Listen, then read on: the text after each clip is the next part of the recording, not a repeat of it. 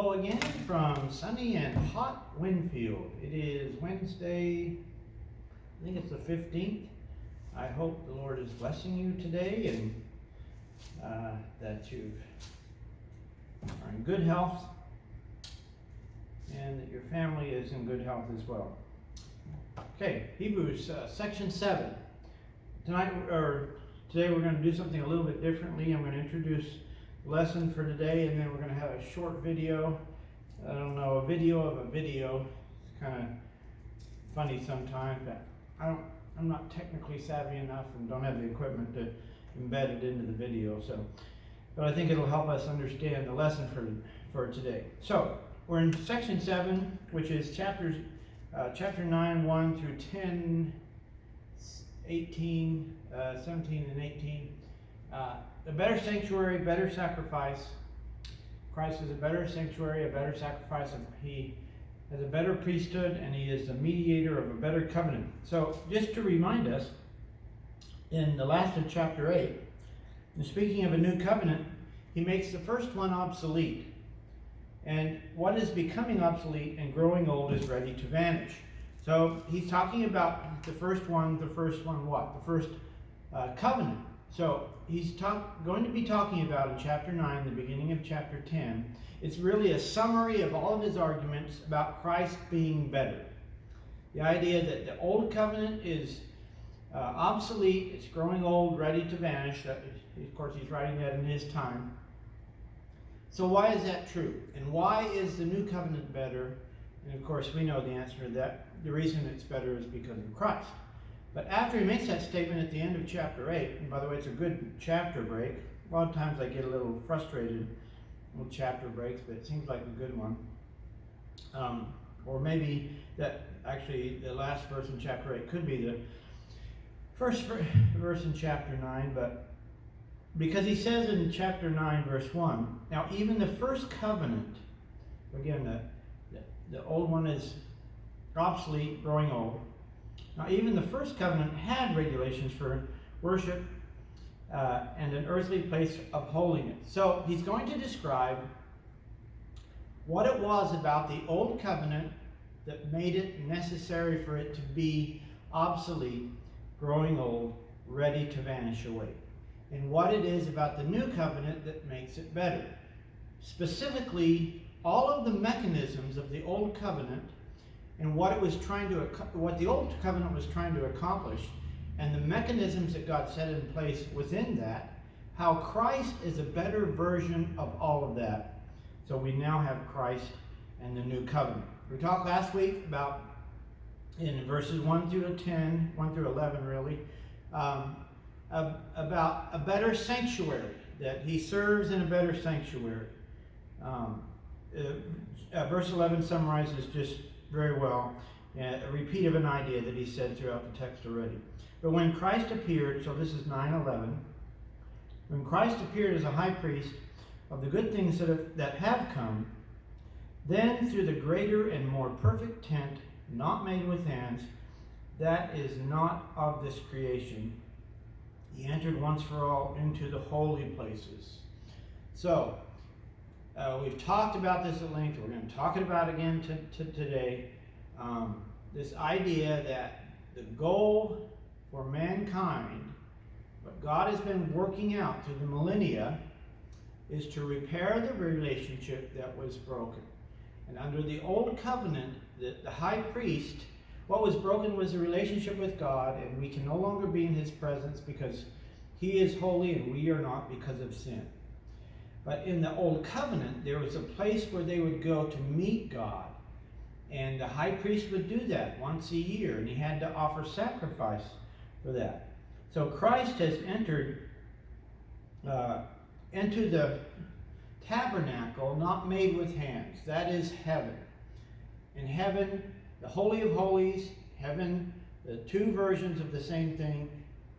The main idea of that is it's where God is. It's where God dwells. And Christ has gone to where God dwells. Like that. But he's in a better sanctuary, because heaven is a better sanctuary than the Holy of Holies. So, but what was necessary to be able to get back into the presence of God? it was sacrifice. So that's the second thing we're going to talk about in this section that we're going to talk about today, the idea of sacrifice. Christ is a better sacrifice. And I think we're going to do that by first looking at watching a video. It's from the Bible Project. By the way, it's legal and right for me to be able to show this in this setting. It's not, I don't know, plagiarism is not the right word, copyright infringement for me to show this in this setting. In fact, that's what these videos are designed for. And we're watching it because I think it'll really, I think to understand the root ideas, I think this video will help us understand the root ideas of the importance or what sacrifice actually is. What's the purpose of sacrifice?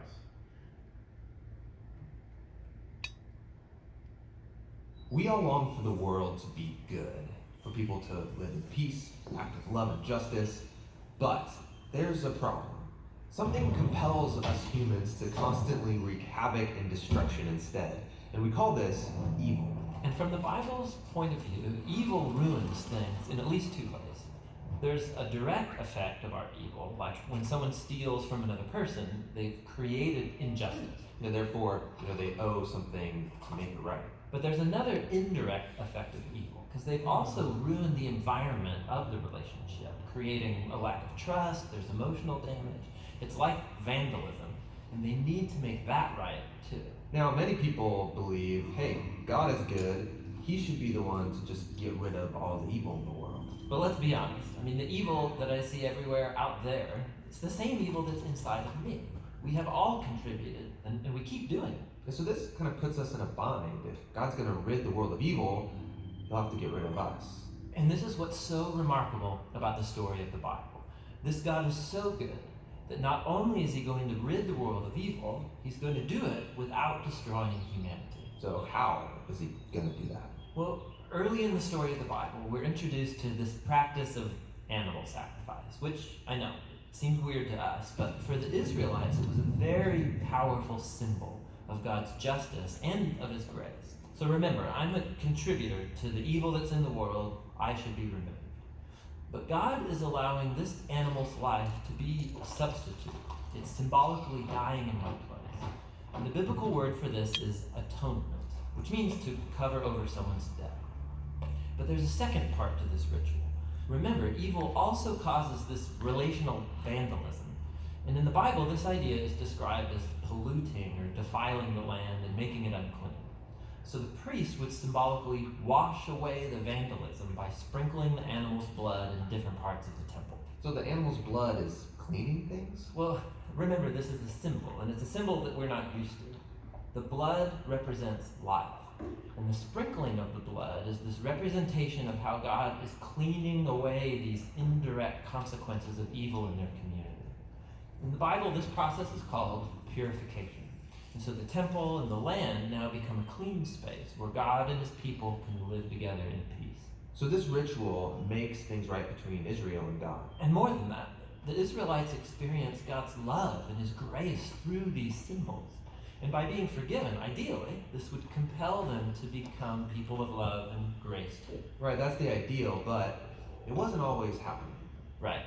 So the prophet Isaiah, for example, he talks a lot about this. He opens his book by saying that the continual sacrifices of the Israelites had become meaningless because they were also allowing great evil in their midst, ignoring the poor and the oppressed. Even the Israelite kings were distorting justice.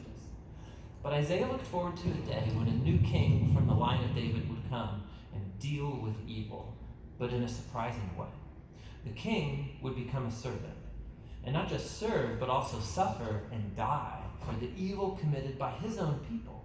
And his life would be offered as a sacrifice.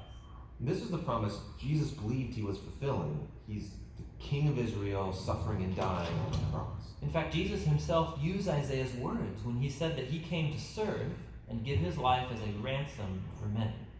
And that word ransom refers to his sacrifice of atonement.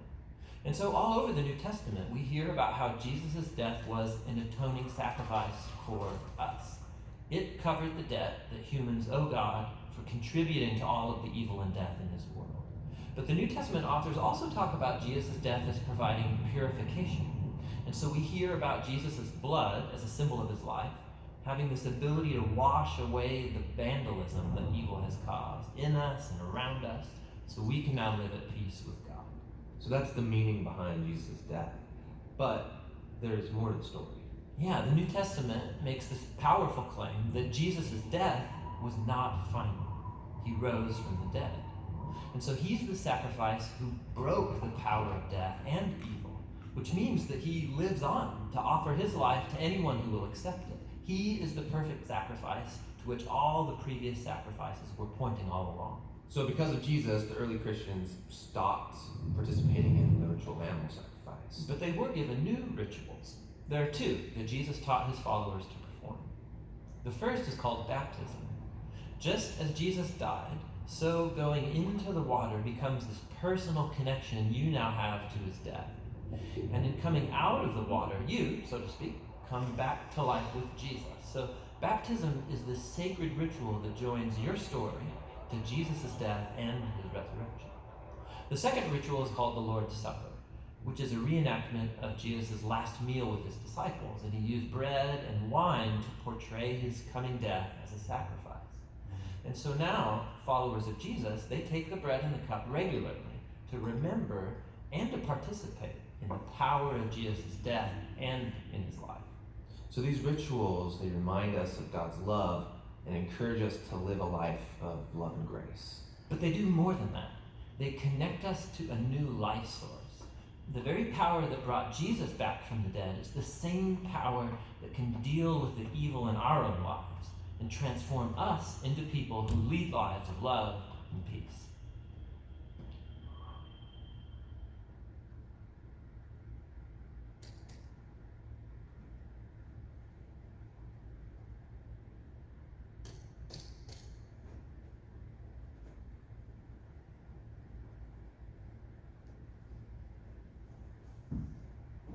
Okay, I thought that video very well covered and really well illustrated the idea of sacrifice. So the idea of sacrifice is to make atonement, to provide a life, to give life.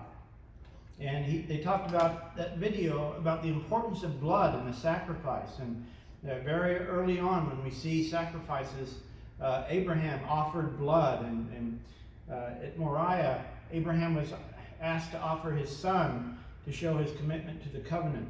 In the Old Testament, when Moses read the law, he took blood and with a hyssop, he dipped the hyssop in the blood and he sprinkled the people to ratify and to seal the covenant. But God required life to make up for to correct the death that was created by us by sin. So, how is Christ a better sacrifice? Okay, let's read. I want to read 9:11 through 10:18, and then we'll talk about it. But when Christ appeared as a high priest of the good things that have come, then through the greater and more perfect tent, not made with hands, that is not of this creation, he entered once for all into the holy places, not by means of the blood of goats and calves, but by means of his own blood, thus securing an eternal redemption. For if the blood of goats and bulls and the sprinkling of defiled persons with the ashes of a heifer sanctify for the purification of the flesh, how much more will the blood of Christ, who through the eternal Spirit offered himself without blemish to God, purify our conscience from dead works to serve the living God. Therefore, he is the mediator of a new covenant, so that those who are called may receive the promised eternal inheritance. Since a death has occurred that redeems them from the transgressions committed under the first covenant. For where a will is involved, the death of the one who made it must be established. For a will takes effect only at death, since it is not in force as long as one who made it is alive. Therefore, not even the first covenant was inaugurated without blood. For when every commandment of the law had been declared by Moses to all the people, He took the blood of calves and goats, the water of and scarlet wool, with water and scarlet wool and hyssop, and sprinkled both the book itself and all the people, saying, "This is the blood of the covenant that God commanded for you." And in the same way, he sprinkled with blood both the tent and all the vessels used in worship. Indeed, under the law, almost everything is purified with blood. And without the shedding of blood, there is no forgiveness of sins. Thus, verse 23, it was necessary for the copy of the heavenly things, to be purified with these rites. So remember, the copy is Old Testament things, but the heavenly things themselves with better sacrifices than these. For Christ has entered not into holy places made with hands, which are copies of the true things, but into heaven itself, now to appear in the presence of God on our behalf. Nor was it to offer himself repeatedly, as the high priest enters the holy places every year with blood not his own. For then he would have had to suffer repeatedly since the foundation of the world. But as it is, he has appeared once for all at the end of the ages to put away sin by the sacrifice of himself. And just as it is appointed for man to die once, after that comes the judgment, so Christ, having been offered once to bear the sins of many, will appear a second time, not to deal with sin, but to save those who are waiting eagerly for him. By the way, I don't have this in the rest of my lesson. That last verse in chapter 9, he's going to appear a second time, not to deal with sin. He's already done that. So, in a way, it's like saying, once he comes back, you're either in or out. Either your sin has been dealt with or it hasn't. He's just going to complete the process. But sin has to be dealt with on this earth, and it was dealt with by him at the cross. Chapter 10, for since the law has but a shadow of the good things to come instead of the true form of these realities, it can never, by the same sacrifices that are continually offered every year, make perfect those who draw near. Otherwise, would they not have ceased to be offered, since the worshippers, having once been cleansed, would no longer have any consciousness of sins? But in these sacrifices there is a reminder of sins every year, for it is impossible for the blood of bulls and goats to take away sins. Consequently, verse 5, when Christ came into the world, he said, "Sacrifices and offerings you have not desired, but a body have you prepared for me. In burnt offerings and sin offerings you have taken no pleasure. Then I said, Behold, I have come to do your will, O God, as it is written of me in the scroll of the book." But by the way, we're not going to talk about this later either. But that quote there on verse 5 from Psalms, sacrifices and offerings you've not desired, but a body you have prepared for me. This was very, very strong, powerful language for the Jews. This animal that they would sacrifice for the forgiveness of sins, they would prepare it and clean it and prepare it and they would groom it and clean it. And so this idea of preparing a body, it's very powerful that God had prepared the body of his own son. God had prepared the body of his own son to offer as a sacrifice for sin. Verse 8, when he said above, you have neither desired nor taken pleasure in sacrifices and offerings, and burnt offerings and sin offerings, these offered according to the law, then he added, Behold, I have come to do your will. He does away with the first in order to establish the second. So Christ died. As he came as a prepared body. One thing I appreciate about the video, if you want to understand how central the sacrifice of Christ is for us as Christians, there are only two rituals or two things that God has us do, besides worshiping him, of course. And they're both connected to the death of Christ. When we're baptized into Christ, as Paul wrote in Romans, we are baptized into his death. When we partake of the Lord's Supper, we proclaim his death until he comes again. So verse 10. And by that we will have been sanctified through the offering of the body of Jesus Christ once for all. And every high priest stands daily at his service, offering repeatedly the same sacrifices which can never take away sins. But when Christ had offered for all time a single sacrifice for sins, he sat down at the right hand of God, waiting for that time until his enemies should be made a footstool for his feet. For by a single offering he has perfected for all time those who are being sanctified. That's really, these next, 14 through 18 are the punchline. And really, in a sense, the punchline of the whole book so far. Verse 14 again, for by a single offering he has perfected for all time those who are being sanctified. And the Holy Spirit also bears witness to us, for after saying, this is the covenant I will make with them after those days, declares the Lord, I will put my laws in their hearts and write them on their minds. He then adds, I will remember their sins and their lawless deeds no more. For where there is forgiveness of these, there is no longer any offering for sin. Okay, so I've just read why Christ is a better sacrifice. Let's summarize the points that the writer made. Jesus' blood is better than that of bulls and goats. 9, 12 through 14.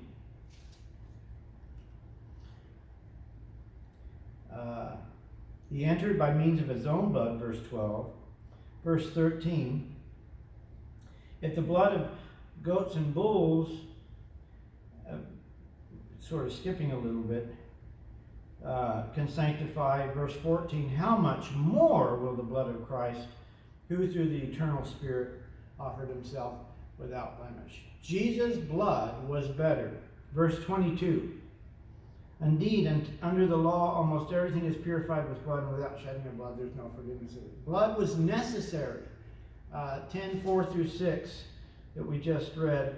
God says, I don't take pleasure in those because they are incomplete. They are, and we talked about this earlier, so I won't belabor the point again. The blood of bulls and goats was unable to cleanse the conscience. We'll talk a little bit more about that in a little bit. But it couldn't get the job done.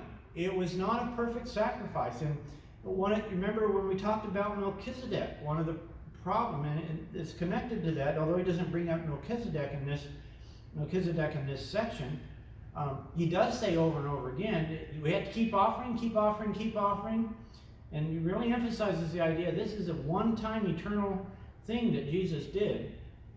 And of course, the point about Melchizedek is that it had to be outside of this Old Testament line, some kind of sacrifice outside of that, and specifically high priest outside of that. It had to be outside of that to accomplish what God wanted it to accomplish. And so it was better blood. It was the blood of God's Son. But the emphasis here is the idea that it is the blood of perfection. He was without blemish. Jesus' sacrifice qualified him to enter the true tabernacle, as we've looked at. So, and I'm not going to talk about this too much because we talked about so much already. But the idea that the end goal is not to sacrifice to forgive sins. And I really tried to emphasize this throughout this study, these videos.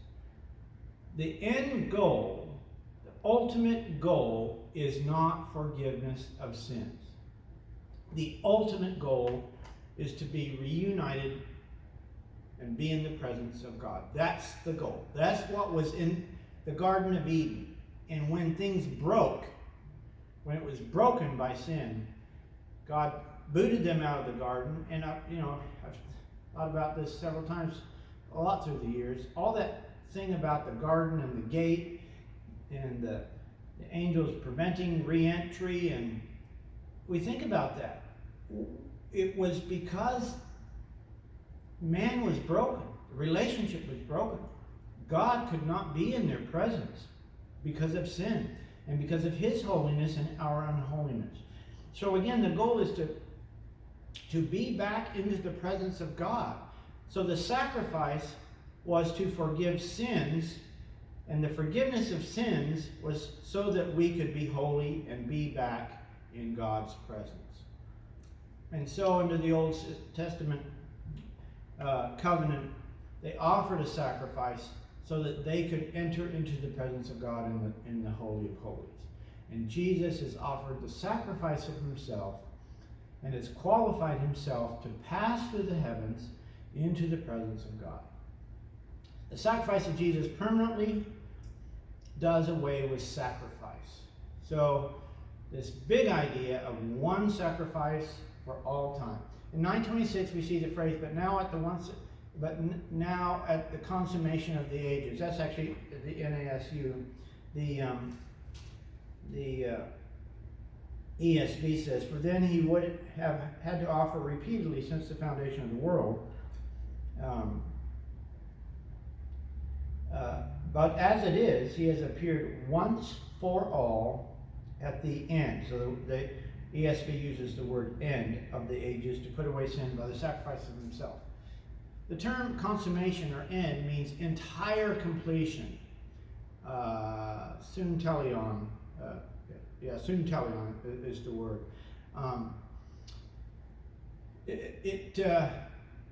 So a completion of a time period or an age, and it's a fairly strong word. It's the idea that this long-running thing has come to a close. This phrase is important in that it reflects the plan of God as seen through Scripture. And Paul wrote a lot about this in his letters. The summing up, I always appreciated what he says in the language in Colossians and Ephesians, the summing up of all things in Christ, the concluding of things, the fulfillment of things. And Jesus, of course, himself said in the Sermon on the Mount, I have come to fulfill the law and the prophets. The plan of God that began with a promise to Eve and Satan is now complete. It was developed through the time of the patriarchs and the Mosaic covenant. Christ's sacrifice brings an end to the dispensation or time of the old covenant with its animal sacrifice and worship. Number 4, Jesus' sacrifice is and was transcendent. It transcends time, race, and distance. His sacrifice is effective for those who lived before him, as well as those who will come after until the end of time. It is offered on behalf of all people everywhere, not just Jews. Let's look at 9, 12, and 15. 9:12. He entered once for all, into the holy places, not by means of the blood of goats and calves, but by means of his own blood, thus securing eternal redemption. See that the language is very comprehensive and complete. Verse 14, how much more will the blood of Christ, who through the eternal Spirit offered himself without blemish to God, purify our conscience from dead works. Verse 15, therefore he is a mediator of a new covenant, so that those who are called may receive the eternal inheritance, since a death has occurred that redeems them from the transgression committed under the first covenant. So we see in that verse that Christ's blood is retroactive, is probably not that's the term that we have, but it doesn't, we can't get into this too much, but it probably doesn't fully do justice to the idea of it. Christ's blood retroactively saves those who are under the old covenant. The reason it doesn't do justice is because retroactive is a term associated with time, and God's purposes are eternal. So just like the copy of things is in time before the original, because God has this in his mind eternally. So the blood of Jesus, maybe put it like this. When those under the old covenant committed sins, God wasn't waiting to forgive them until Christ would come. On our earth, maybe that was the case, but if you are an eternal God, you don't need to wait. And so there's a sense in which the sacrifice of Christ was working even for them, and in a sense then, because God lives outside of then and now. It's a little bit heavy, I know, but it's important to note the idea, and the big idea here is that Christ's sacrifice is and was transcendent. It transcends time, race, and distance. So it's for everybody, for all time. The sacrifice seals the new covenant. Let's look at 12:24. It's outside of our text, but that's okay. 12:24.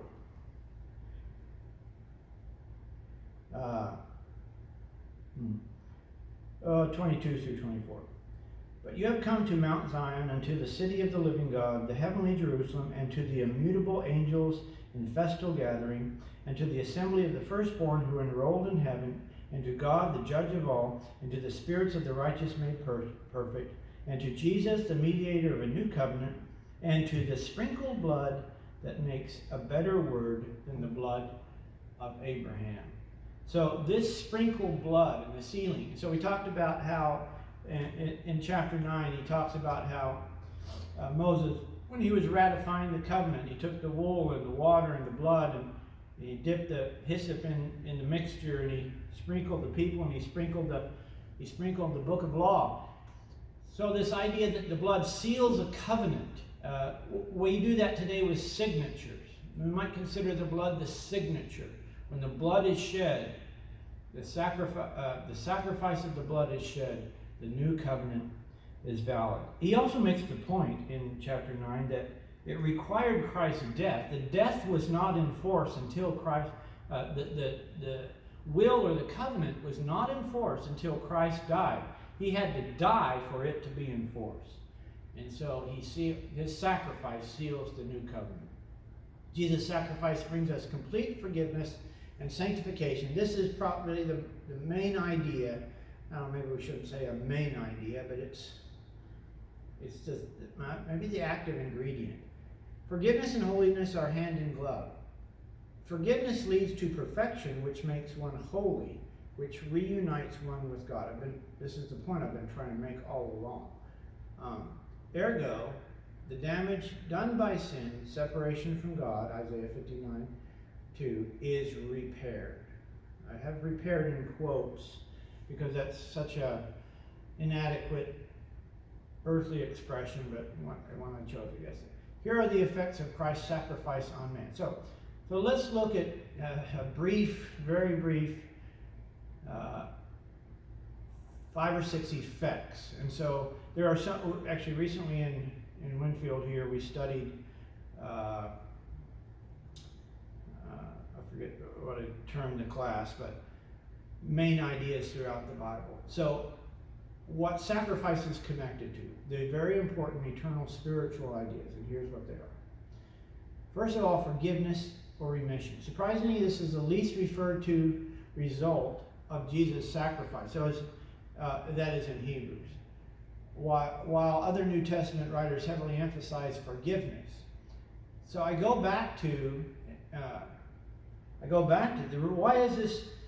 So when we think about sacrifice, that's our first thought is forgiveness, and that is the first idea of forgiveness.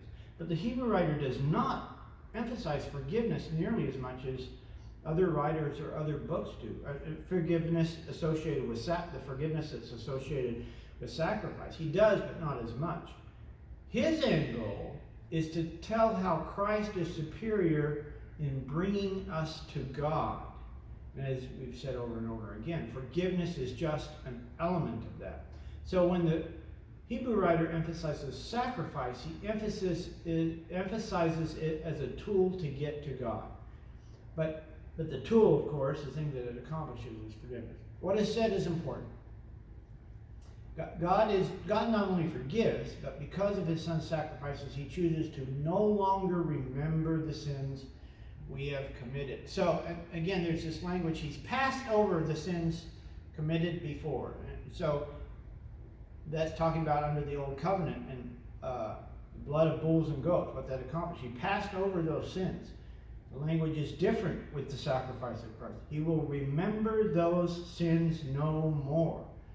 This very strong idea that they are wiped away. and they are gone. The sacrifice is connected to redemption. 9:12.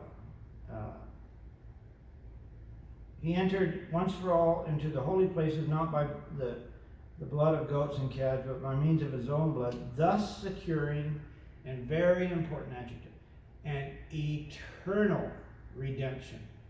Again, it's puzzling the writer doesn't emphasize this. He doesn't emphasize this element of forgiveness and sacrifice, the idea of being redeemed or paying the price. Forgiveness and redemption are ideas that closely relate to the main message of holiness or sanctification and reunion with God.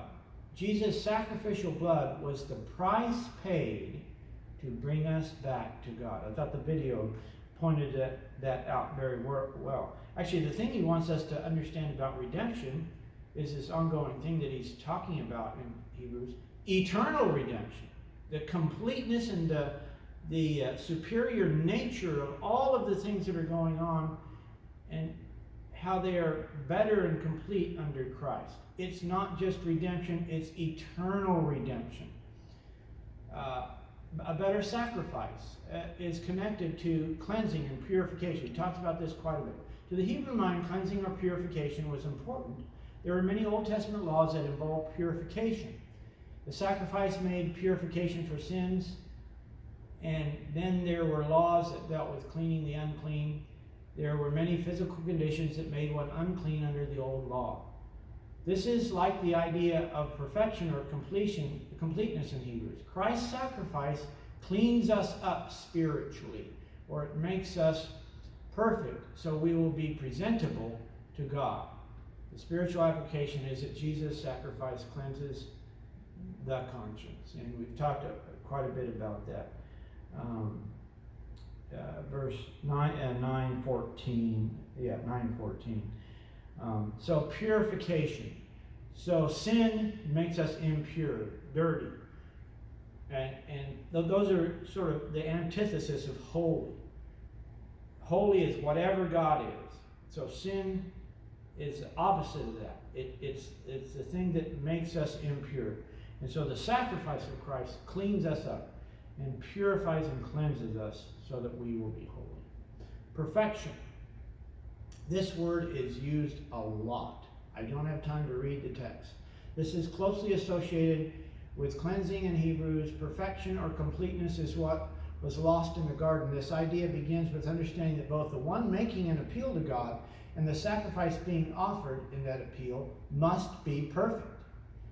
The Levitical system could not provide perfection for the people because the priests were flawed and the sacrifices were flawed. So this brings up this idea that Christ, what's amazing about the book of Hebrews is how eloquently it's expressed all of the different roles that Christ has. He is, so that the Old Testament priest would offer this animal, and he himself was imperfect, so he'd offer this animal on the Day of Atonement. He'd have to offer this animal for himself, clean himself up, before he could be capable of going into the presence of God on behalf of the people to help them be clean. And so Christ doesn't need to offer a sacrifice on behalf of himself. He is perfect and complete. Now I want you to, this is important, I want you to think of, sometimes when we think of perfect, we think of flawless. And that is part of the word teleon, or teleos, but that is part of the word. But it's more, I want you to think of it like this. It's more being the way it should be. Being the way it's supposed to be. And I understand that includes not having a flaw, but it's not just that idea. There's two ways we can be not what we're supposed to be. We can either have a flaw that's in us, or we can have less than what we need to be what we need to be. We can be incomplete. And so this idea reflects both of these things. Jesus both was everything he needed to be, all of the elements were there, and none of the impurity was there. So he truly was, that's why the word perfect is used so many times. Everything about him. He was a perfect prophet, perfect priest, perfect king, perfect sacrifice, perfect mediator. He is complete and without flaw in everything. Jesus makes all of God's people perfect because he is the perfect priest who offered his sinless, perfect human body and blood. Now, last one, Jesus' sacrifice, I think it's the last one, brings us complete forgiveness and sanctification or holiness. Forgiveness and holiness are, we already talked about that. So, that be it. I made it under the time, even with the video. I trouble with these videos. There's a lot more that we could talk about. The thing is, the longer you study Scripture, and if you study the Old Testament, it flowers more and more with meaning as you look at all of them. As you begin to understand the mechanisms of the Old Testament and all of the nuances of sin, purification, sacrifice, priesthood. 45 minutes seems so inadequate. But this is, like all Bible studies, it's intended as a launch point for you to think more about it yourself and do your own study and think about these ideas. See you next week.